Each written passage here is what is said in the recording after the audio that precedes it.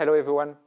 In recent decades, Japanese companies have increased significantly their activity abroad. According to the Ministry of Industry data, more than a quarter of total turnover for Japanese manufacturers are coming now from overseas subsidiaries. The increase in these shares over the years have been remarkable. From 5% in 1990, it rose to 10% in the early 2000s to reach today more than 25%. This increase in share has gone hand in hand with the extension of the global value chain system and the integration of the Japanese economy into it. Several key factors have encouraged a Japanese company to go more abroad. The appreciation of the yen between the 1980 till its peak in 2012 have been a first element. The desire from Japanese companies to move closer to local markets where demand is often higher and labor cost is in some cases lower is a second element. The third element relates to the falling demographics in Japan.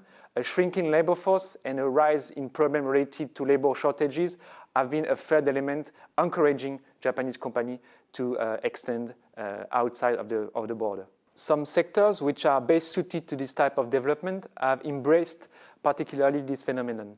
This is the case of the automobile industry or the informatic and electronic equipment industry, where companies shift part of their operation in the 1990s toward first industrial economies, North America, Europe, more lately from 2000 onwards toward Asia and in particular China. This production structure based on the complementarity between the national territory and overseas subsidiaries are still showing their strength today.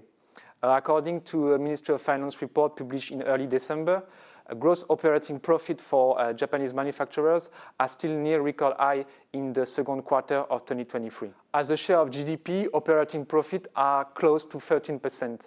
If we compare to previous peaks, this is slightly above the previous high of 2008, but a touch below the record reached in late 2019, just before the pandemic. That said, for now, Japanese companies have navigated pretty well the successive shock that the global economy has been facing over the past 3 years or so, even as global demand is showing a sign of a slowdown and domestic consumption Japan is still holding back by the falling demographics. The question now is whether these high profits will finally translate into higher wages in Japan.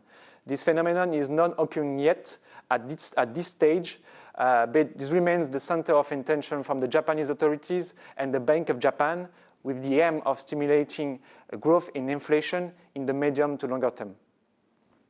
That's it for me. Thank you for watching this EcoTV Week, and we see you next week for another edition. Bye-bye.